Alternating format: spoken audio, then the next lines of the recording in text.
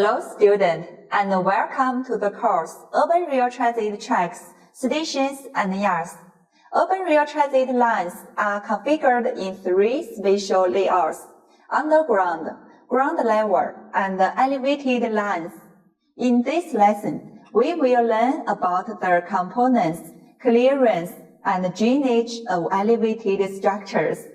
In urban rail transit engineering, the elevated structure comprises components that are significantly affected by the train loss, including the wear ducts in the elevated sections and the key elements of elevated stations. These key elements typically include the track beams, the cross beams supporting the track beams, the columns supporting the cross beams, and the foundations beneath the columns. Urban rail transit elevated bridges mainly consist of three components: beams, piers, and abutments and foundations. Currently, in urban rail transit elevated bridges, several beam forms are commonly used, including box beams, ridge beams, and slab beams. Box beams are typically pre-stressed concrete structures and are considered substructure-supported bridges. They are composed of roadway decks, main beams, and transverse beams, as shown in the diagram. Ridge beam structures come in two forms: upper structure supported and lower structure supported. Upper structure-supported ridge beams have large cantilever arms above a single box beam, while lower structure-supported ridge beams have large cantilever arms below the ridge beam. In this type of structure, the ridge beam primarily bears longitudinal bending moments, and the cantilevered deck serves as the roadway. Transferring train loads to the ridge beam, the cross-section of a lower structure-supported ridge beam structure consists of the ridge beam, large cantilever wing beams, and edge beams.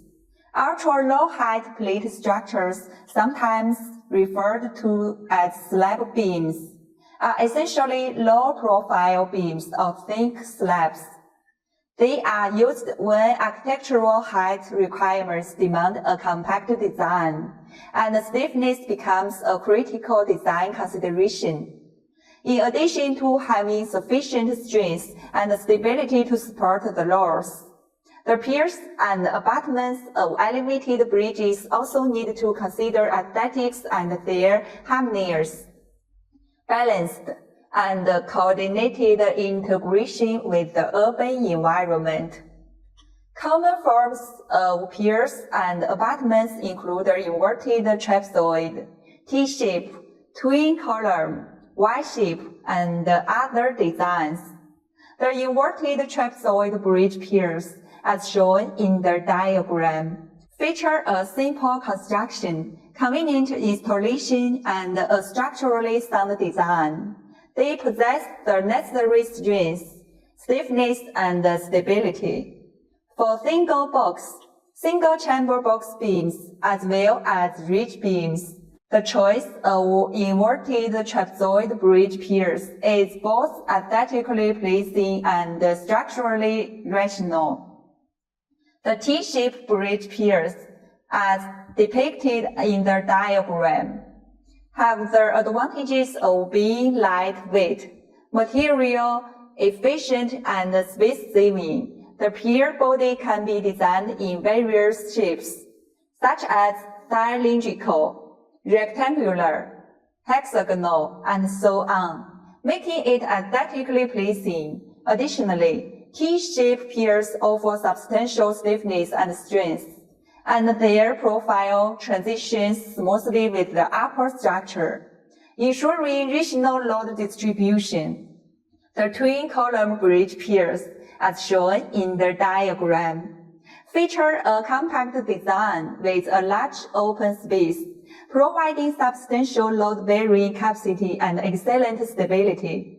Twin-column piers exhibit strong load-bearing capabilities and stability.